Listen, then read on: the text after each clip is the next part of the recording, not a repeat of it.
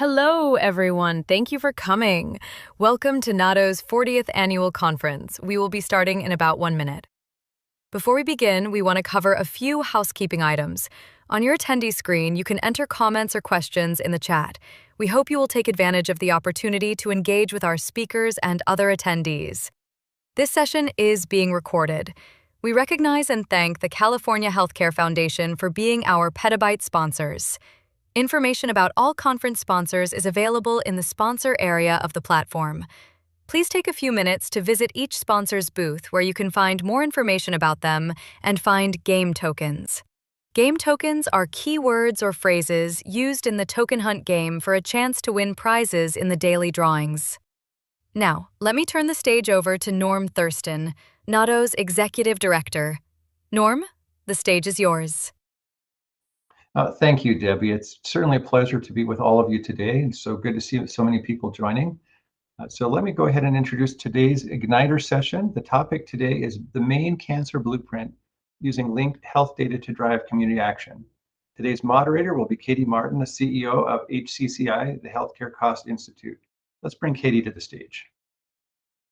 Good afternoon. Thanks, Norm. It's great to see you and wonderful to be here this afternoon. As Nora mentioned, I am the president and CEO of the Healthcare Cost Institute, a nonprofit, nonpartisan organization focused on using data to make the U.S. healthcare system work better.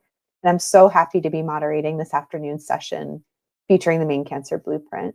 I'm really excited because it will be an interesting look at how to link a range of health data sources to really generate meaningful insights into critical healthcare topics.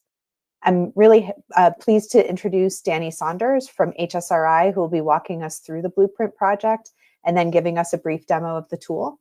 You can find her bio at the bottom of this page if you scroll down. And with that, I will just turn it over to Danny. Please take it away. This is Danny Saunders, and I am a data scientist for the Human Services Research Institute, or HSRI, and I sit on our population health team. Prior to my work at HSRI, I worked as an epidemiologist for the state of Ohio for several years. And today I'm excited to discuss with you all a project I've been leading called the Maine Cancer Blueprint. In this presentation, first I'll be discussing some background about the project itself. Then I'll be going over the diverse data resources used to create these robust measure sets. And then finally, I'll go over the final product that we've created. So about the project. The Maine Cancer Blueprint is sponsored and funded by the Maine Cancer Foundation. The Maine Cancer Foundation leads a statewide effort to reduce the impact of cancer in Maine. They invest in the most promising and effective programs that advance cancer prevention, increase screening, and improve access to care for all Mainers. The goal of the Maine Cancer Blueprint is to reduce cancer incidence and mortality in Maine by utilizing APCD data. The project started off with the goal of having benchmark data points to help the organization measure change in cancer prevention practices and health outcomes over time. Exploration of public data as well as stakeholder conversations led to us pursuing a more comprehensive approach. The Maine Cancer Blueprint, developed as the go-to source for cancer statistics in Maine, is an ongoing collaborative effort developed as a series of publicly available interactive dashboards. The Blueprint's goal is to provide actionable data-driven insights to inform targeted interventions, funding efforts, and to increase awareness of cancer-related issues in Maine. This project utilizes a combination of public and Maine Health Data Organization data assets to create these metrics. The 5 cancers listed here are the cancers that are included within the Blueprint. The project is being rolled out in a multi-phase approach, with each phase expanding deeper into one of the cancer types and refreshing prior phase data points. In phase 1, we focused on lung cancer. In phase 2, we worked on colorectal cancer, and we're currently in phase 3 where we're working through breast cancer. As I mentioned, I work for the Human Services Research Institute, or HSRI. We are a mission-driven nonprofit that wants to improve health and human services, create robust and sustainable data systems, as well as turn data into useful, actionable insights. I sit on our population health team, and we have expertise in developing scalable, open source technical solutions to manage and analyze data, create innovative high-quality products, and using data to inform policy to improve healthcare cost and delivery. For the Maine Cancer Blueprint, we are utilizing a multitude of data points with our primary data source coming from the Maine Health Data Organization, or MHDO. Shown here are the measure groups we include in these reports. There are basically 3 buckets or categories of metrics that we include. In the first bucket, we want to provide general information about cancer, along with information about risk factors, which primarily come from public data resources. The second bucket includes information for all Mainers, primarily related to providing actionable metrics to help target prevention efforts. These measures typically include things like screening or preventative services that are received based on a combination of the U.S. Prevention Task Force's screening recommendations and other known cancer-specific services, such as hereditary genetic testing for cancers with known hereditary conditions as risk factors. The third bucket includes what you see in the second 2 columns. For this, we create cohorts of individuals diagnosed with cancer, and we take a look at their medical history received prior to and after their cancer diagnosis. In that first bucket, we utilize a few public data resources, more specifically the data resources that you see here.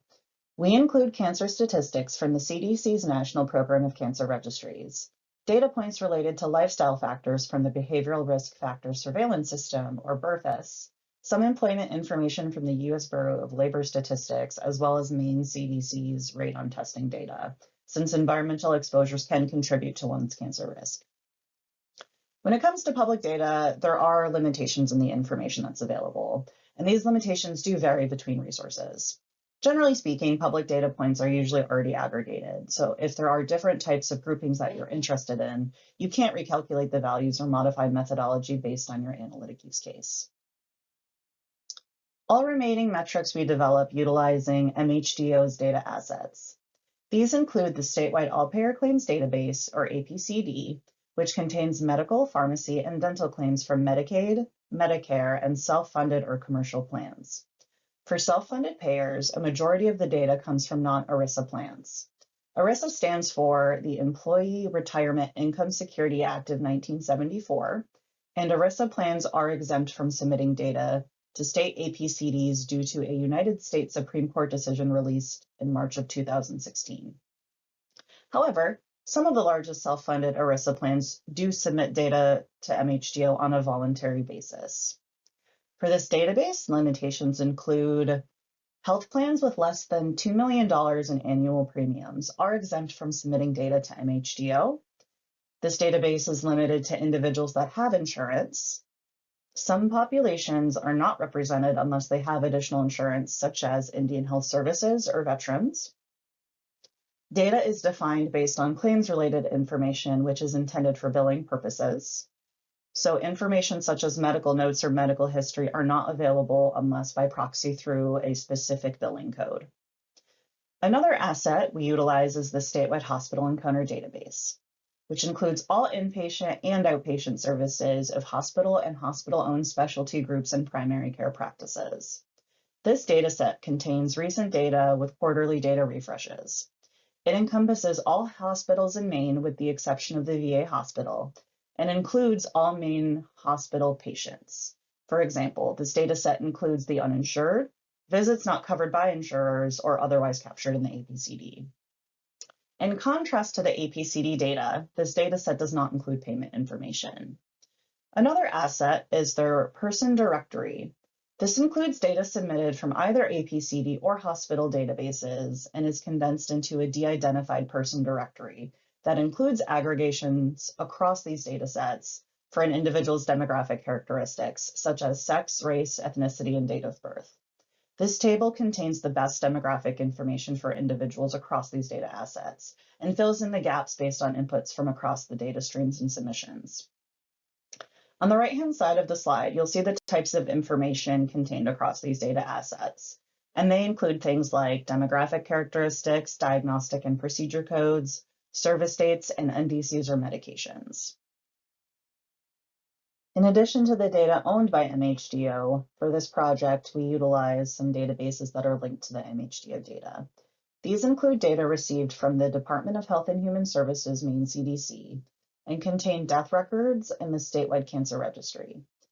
Death records contain information captured from death certificates, and these represent Maine resident deaths or deaths that occurred in the state.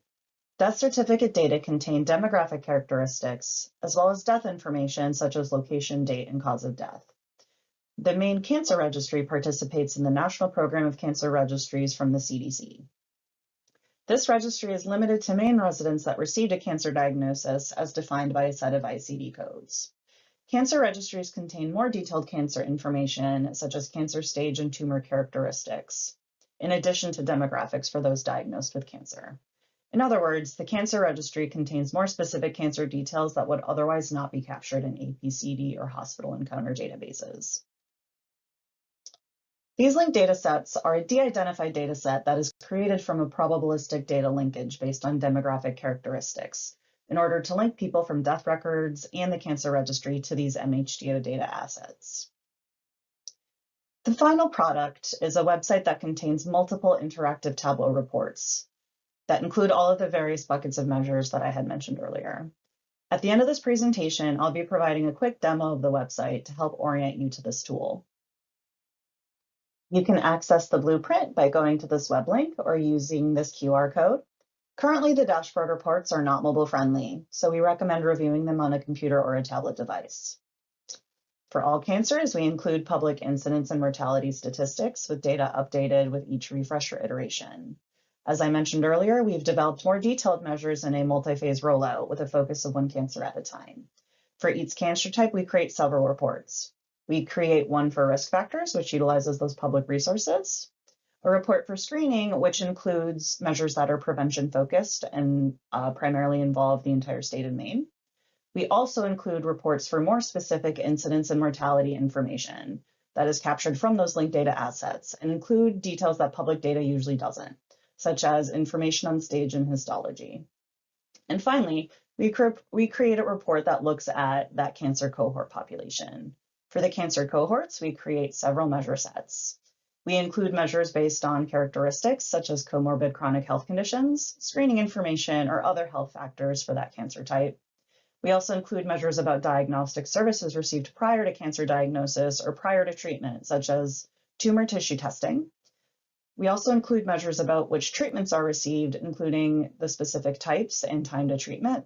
And finally, we include measures about follow-up care received after treatment has completed. For each of these reports, we include breakouts on geography, which includes statewide county and hospital service areas. Hospital service areas are defined by the Dartmouth Atlas Project and is based on zip code related information. We include breakouts by demographics, including sex, race, ethnicity, and age groups, as well as multiple years of data when applicable. For data protections, we follow CMS suppression standards, where we suppress values with counts less than 11, as well as apply secondary suppression to prevent re-identification. Thank you so much for your time. If you would like to connect outside of the session, you can reach me at this email address. I look forward to hearing your questions in the follow-up discussion. Great. Thank you so much, Danny. Before we turn over to the demo, let's take a brief moment to see what questions we have in the chat. And if folks have initial questions that they want to put in the chat now, that would be great. We will have a pretty substantial chunk of time at the end following the demo for additional Q&A.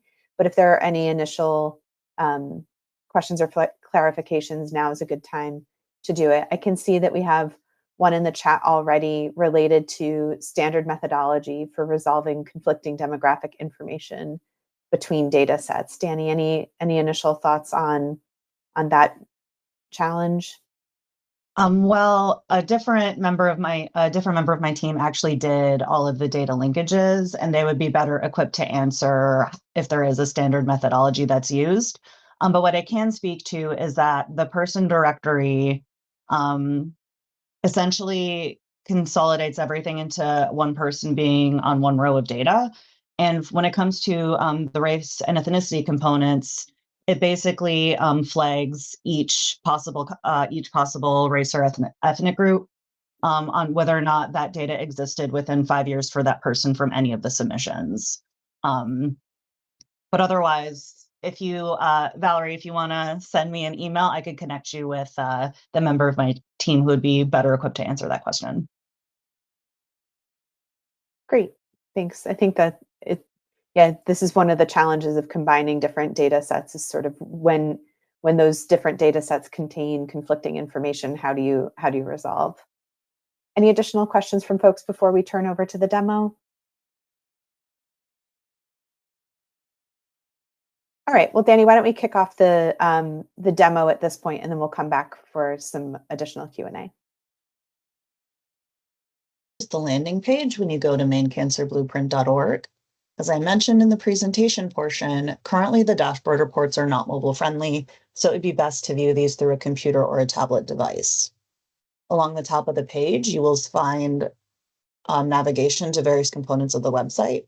For the purposes of this walkthrough, I'll be going over the pages where the dashboard reports live. As I mentioned, we include public incidence and mortality rates for all of the cancers that will eventually be incorporated within the blueprint. All of these can be found under Overview right here. As phases are rolled out, each cancer type will have its own webpage that incorporates all of the cancer-specific reports. Right now, you should only see lung cancer and colorectal cancer. Once breast cancer is completed, an additional tab will be created to incorporate those. All cancer-specific pages are set up the same way, so I will quickly walk you through the lung cancer page. This is what you should see when you select a cancer type. The top of the page will have some general information about the cancer itself. Then you can scroll down to see each of the reports included for the cancer. Each of these reports are separated by a sub-tab that you can navigate between depending on what area you're interested in diving into. I'll select patient characteristics to show you what the reports themselves typically look like. If you recall from the presentation, we dive into the medical history for cancer cohorts. Then we develop groups of measure sets for a variety of categories. Each of these categories live on its own dashboard tab, and each page is set up similarly. Along the left pane, you should be able to see page-specific filters depending on the content of the page itself.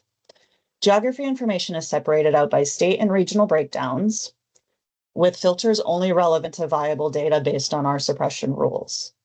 The filters allow you to dive deeper into the different metrics of interest. Each view within the dashboard itself also has tooltips that can offer additional information about the metrics that you're looking at. So how would you use this, you ask? Say, for example, you're interested in looking at treatment information for females in Maine. Under demographics, you would select female Mainers, and from here you could dive into the different treatment measures that we have available, including breakouts by stage and histology. If you want specific information about the measures themselves, at the bottom of this page here, you can select methodology to bring up a detailed PDF that includes the more detailed methodology notes that are included for each of the cancer types. Thank you for your time. I look forward to your questions. Excellent. Thanks so much, Danny. So while you were doing that demo, there was a question that came in related to the demographic data that you have available. So because your data set includes labor-related information, can you conduct comparative analyses between individuals' residential zip codes and their employers' zip codes to discern whether observed incident patterns are more attributable to environmental exposures within their residential demographic context or environmental factors associated with their workplaces? Yeah, the labor data that we use is only at the county level, and it's just kind of a general summary of the most common economic industries for the areas. If there is labor-related information that's available at the zip code level, that's a good idea for a type of analysis that could also be performed with these linked data sets. For additional context, from MHDO, these linked data sets weren't just specific to this project. These linked data sets are also available for request. So if that's a type of analysis that you yourself would be interested in doing, that information would also be available. Great, thank you. So as we dive into the Q&A, I just want to prepare everyone that we're going to do things a little bit differently. So we have, I have a couple of questions for Danny to go through, but we also actually have some questions for all of you. As I mentioned in the introduction, I think this is a really nice example of the power of combining different data sets, APCD data with cancer registry, death data, et cetera. And I feel like that is a topic that a lot of folks on this webinar and in NAHDO's membership work on regularly. So we would love to hear a little bit from you about your experiences. So initially, and as we get started, I'll ask Danny a question, and then we'll actually ask you all a question. Please continue to throw things in the chat if there are specific questions that come to mind for you. To kind of kick things off, Danny, can you speak about the virtues and challenges of multi-data studies like this one?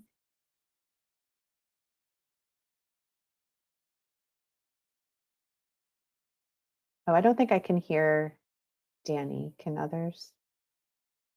Can you hear me now? Yep. My apologies, technical difficulties. That was a me problem.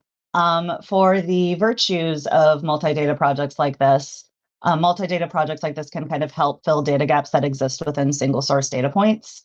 Data linkages between claims and other health data sets like the cancer registry can help tell a more complete story. Health topics are typically more complicated than a single data point can capture. So it also kind of helps create a more comprehensive picture of whatever the health issue is at hand. As for the challenges, understanding the level of complexity for each data source can be challenging in itself, since each data source is collected and managed differently with various timetables involved.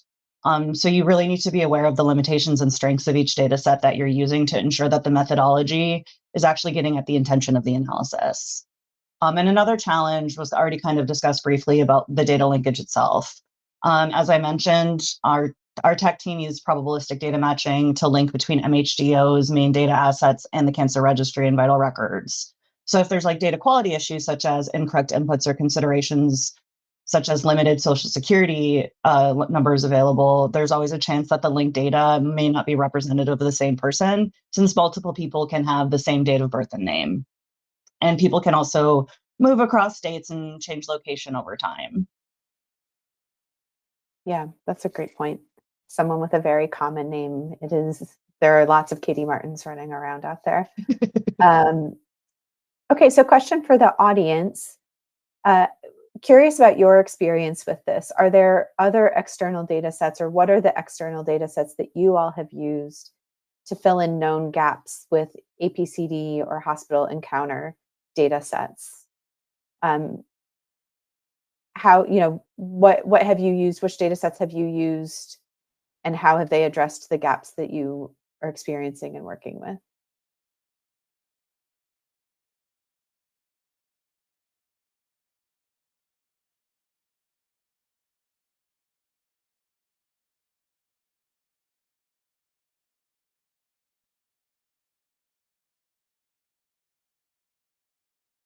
Just to kick things off while folks are responding, I think, Danny, your project highlights several of them. The clinical registry, like the clinical nuance is definitely missing in claims data, and sometimes can really inhibit your ability to draw inferences or to answer research questions because the claim just doesn't have that information. So I know that registry data can be really valuable for that, electronic medical record and others. It looks like a couple of folks have used census data, the American Community Survey. I don't know what SAIHE data is, but census data in Arkansas, vital statistics, these are all great resources. I know that in many of the research studies that HCCI does, because of the nature of our claims data, when we lose people, we don't really know whether they have changed jobs and just switched out of the coverage that we had them enrolled in, if they retired, if they passed away. So you can't really do much with someone who just disappears from the claims data. And so I think the vital statistics data and the death data that you were referring to can be really helpful, particularly, I would imagine, for studies around cancer care. Thank you, Kenley. Small area health insurance estimates. I learned something new today. I appreciate that.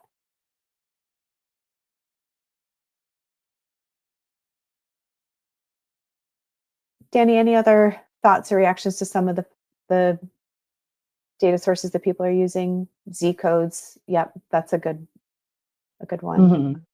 Yeah, Z codes are a good one. I know for some other projects, we've also used the American Community Survey that was mentioned, and the birth and death records. I also feel like just general vital records are an incredibly beneficial thing that can be used even for like data validations if you're like merging people across data sets. Like for example, if someone had died and they have a death certificate, they theoretically shouldn't have any like healthcare claims or encounters. So that would also be a way to kind of validate any member ID composite. Yeah, so everything I'm seeing in the chat's all good in my opinion. Has anyone used any like health oriented database for data linkages besides the cancer registry?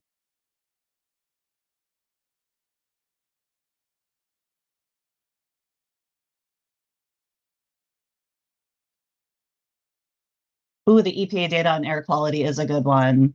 That's something we've considered incorporating within the cancer blueprint for the lung cancer pieces as like a future update. Yeah, I don't know if everyone is super familiar with that. I only recently learned a little bit more about the available EPA data, but it's pretty rich, pretty localized data on air quality and other similar environmental components. So that is a one worth exploring. I also don't know who houses it, but I know that a lot of health departments use like wastewater data as well. Like I know that was used a lot for identifying COVID cases early in the pandemic. Yeah. Oh, and the Environmental Justice Index was also mentioned in the chat. Yeah. That would be interesting to explore. In the chat, Norm also asked Val if you can tell us briefly about how the SVI works when Z codes are not available. And then while Val is thinking that over, there was also a question in the chat by Kay earlier about what type of ID do you use to link the data across data sets, and what is the data volume for the linked data? I know that you said that there's that someone else on the team was really responsible for the data linkages component, so we can follow up on the specifics of that. But do you happen to know offhand, Danny, sort of what the data volume is of the linked data? I think for the cancer registry, it's around 20,000 records. For death certificates, I know it's a lot greater than that. And then also part of that data linkage also involves birth records. We just don't use that for this project, so I wouldn't have any insights on the volume for that. But I know in my prior work, prior to HSRI, there's usually a good chunk of death records every year. So it'd be very difficult to really guesstimate the volume of that. Do you have a sense for how many records you lose because you can't link? Or is that also done sort of upstream from your portion of the analysis? Well, the way, I think for the cancer registry, we don't lose anyone. In that we use the full cancer registry for this project that we have that gets submitted to us. There are interstate transfer records that the Maine CDC does get, but we don't get those as part of the data agreement. But we, for certain groups of the measures, we do include all cancer registry data that we have available, and not just whether or not those people had records in the healthcare claims or hospital encounter data sets. Gotcha. Okay. Speaking of the different measures, can you maybe speak a little bit about what the process is like to develop and select the measures when you're pulling together a project like this and a dashboard like this? Yeah, so it's a pretty comprehensive process. Since for the measure selection itself, since I myself am not a cancer researcher, The first thing I do is I search for any published literature. That way I can see if there's ways to identify commonly reported metrics or methodology that also utilize statewide registries or healthcare claims data. That way I can make sure I'm consistent with best practices in those standard definitions. If there's opportunities that arise to attend webinars or conference sessions that are focused on cancer, I also attend those and use those to compile a list of possible metrics or topic areas that I can further dive into. Then from there, I review materials about the focused cancer type from trusted sources such as the American Cancer Society and CDC to identify key points of interest for known risk factors, just more general information on the cancer type and prognosis, as well as the standard recommended treatment and post-treatment processes. And as I mentioned in the presentation, when it comes to the screening metrics, we do also use the U.S. Prevention Services Task Force recommendations to help frame those measures. And then from there, for this project, we're really lucky in that one of the stakeholders from the Maine Cancer Foundation is actually an oncologist. So after I do like the deep dive into the literature and materials that are available, I create a list of specific questions and I consult with that oncologist to better understand what the medical process actually looks like at the ground level for that specific cancer, including what the standard treatments are, or if there's any specific cancer nuances that would be important to help us frame any methodology for the selected groups of measures. Like, for example, for colorectal cancer, the standard treatment is typically different for colon cancer versus rectal cancers in that for colon cancer, surgery is usually the first course of treatment, whereas for rectal cancer, medication therapies such as chemotherapy and immunotherapy are usually the first course of action. And since we want these measures to be meaningful and community driven, we do consider this project a living project, meaning that we are very open to feedback and measure ideas from the community organizations or groups that end up using the resource itself. And that even though we currently are only on phase 3, in future phases, we might have opportunity to incorporate other measures based on what communities need or other areas that they would like to see to help better frame the data points. And then for the measure development, it's a little bit manual, unfortunately, but we do use a few resources to help identify the different procedure and diagnostic codes that we would need to really try to get at the specific medical treatment processes or screening processes. The codes themselves are identified through a combination of that literature review I mentioned, as well as some external sources such as Codify and CMS billing and coding resources. And then we also have internal dimension lists or DIM lists, as we call them, that have all billing codes along with like descriptions of what those are. And then we run word searches to then also identify other ways that we could be getting at any of the groups of measures. Great. Thank you. The other question that prompts for me is how to condense and put all of that information in one place. There's a ton, as you kind of walked through in the demo, there's really a ton of information in these reports and so many different stratifications available to folks. How did you think about or go about visualizing or the sort of dashboard design components of it to create the impact that you're looking for without overwhelming your end user? Yeah. Well, in the first phase of the project with lung cancer, everything lived within one condensed Tableau report. And that wasn't the most user-friendly. So we were lucky in that phase 2, we were able to expand it into that full web page where everything kind of lives separately. So it's easier for the end user to kind of navigate and drill down into what it is they're looking into getting at.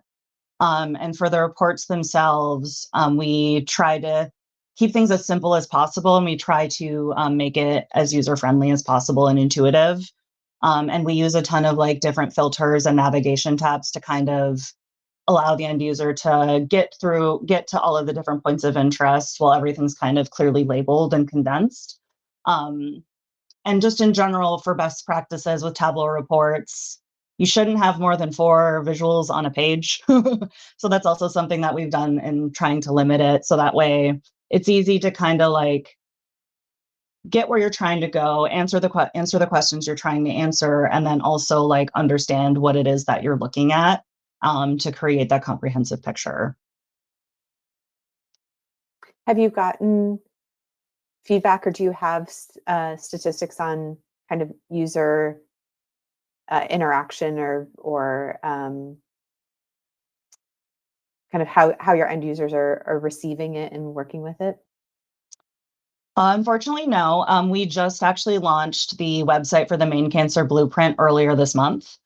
So we're hoping that now that that's been launched and a press release has been out, we'll kind of get a better idea of other users besides the Maine Cancer Foundation.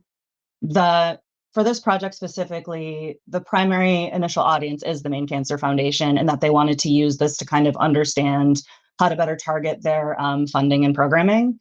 But then, because it was something that can clearly be like a comprehensive resource for more stakeholders, that is where we made it publicly available and then kind of developed this webpage. So now that that webpage itself has actually finally been launched, we'll hopefully be able to get a better idea of how people are using it. After the end of the third phase, we're kind of going on a maintenance. We're pivoting to like a maintenance stage, so that way we could also better understand how people might be using it, and hopefully also providing other presentations such as this, so people can be even more aware of it.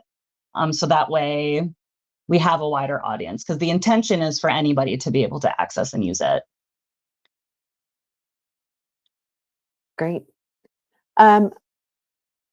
Okay, our next question for you all is, have you done any analytics with population health topic focused data sets linked to either APCD or hospital encounter data? Norm and Charles can correct me if I've got this wrong, but I think that question may be available in a poll. If you click on the polling, if you click on polling, or I don't know how to answer a poll. I hope it's just exceedingly obvious. But curious sort of how many folks have taken on this kind of work.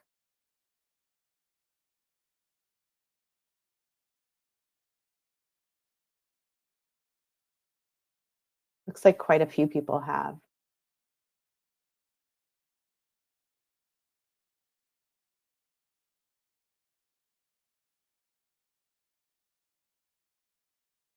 While folks continue to engage with the poll, there are a couple of other questions here in the chat, Danny.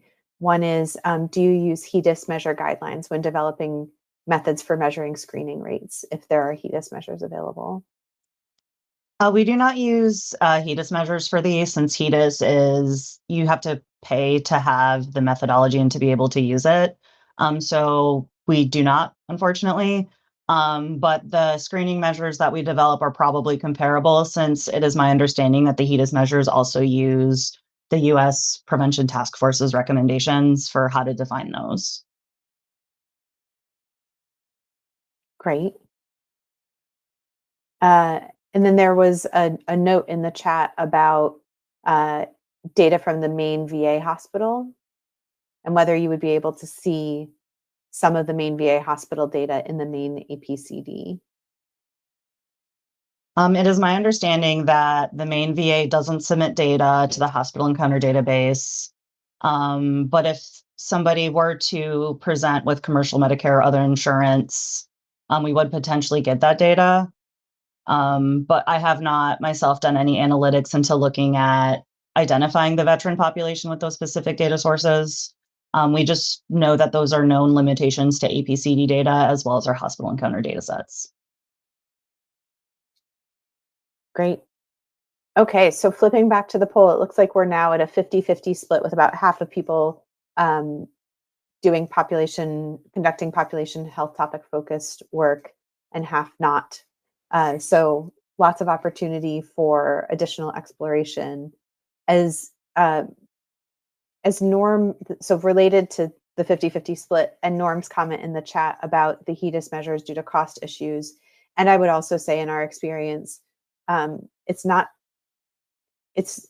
very obviously the HEDIS measures are very specific in detail, so by design, and so if you don't have the exact inputs you need to comply, they're sort of challenging. But what both of these things spark for me is a question about how replicable this project would be. So if there were another state that had access to similar data sets, how easy would it be for them to sort of pick up what you've done and apply it to their environment and context? I know you said at the beginning, and I know from working with HSRI previously, that sort of transparency and openness about methodology is really core to your to what you all do. So how easy or hard do you think it would be for another state to try to take something like this on?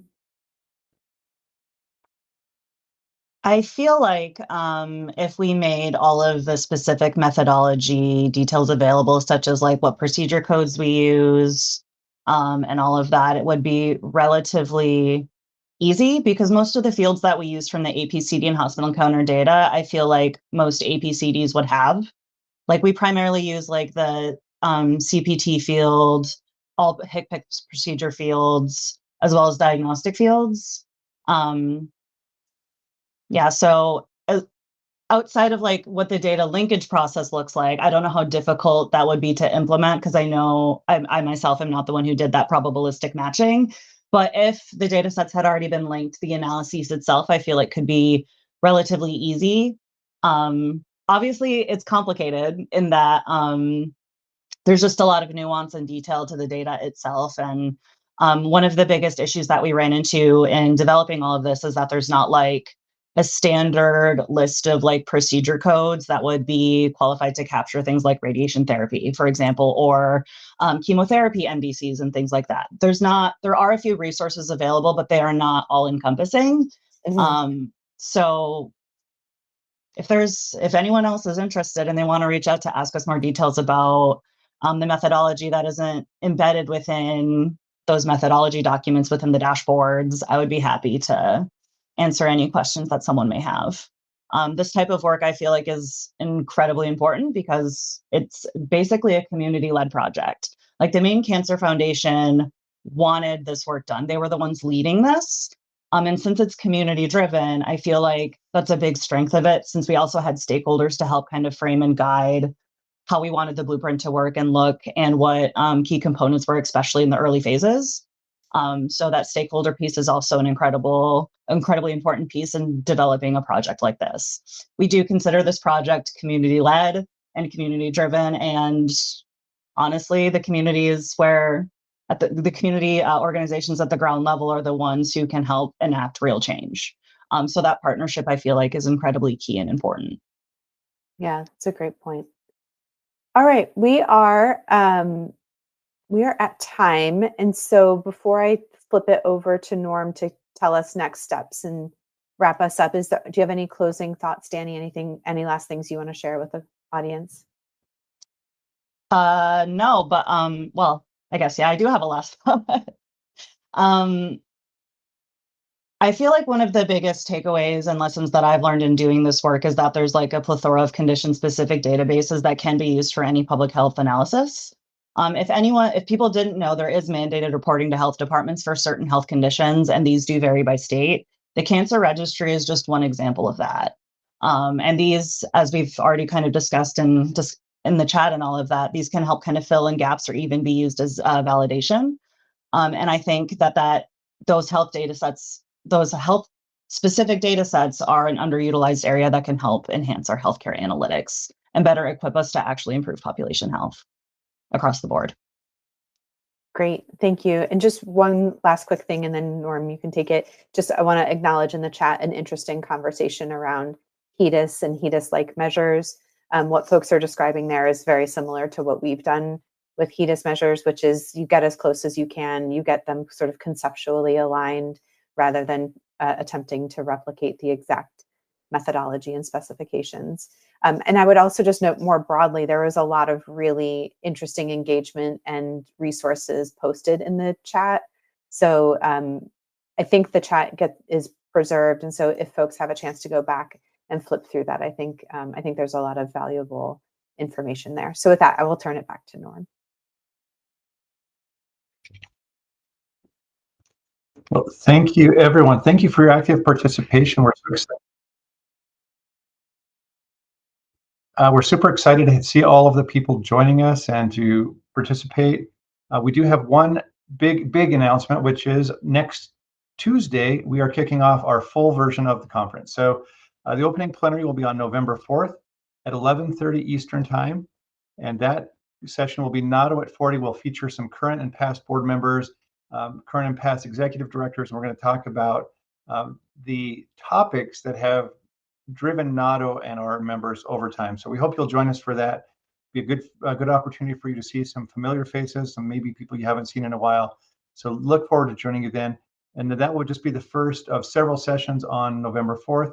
Also November 5th and 6th, you should have received calendar invites that tell you all of the times, all the sessions, what are the topics going to be. So until next week, this is Norm Thurston. I'm the Executive Director at NAHDO, and we're just thanking you all for your participation and your time. See you next week.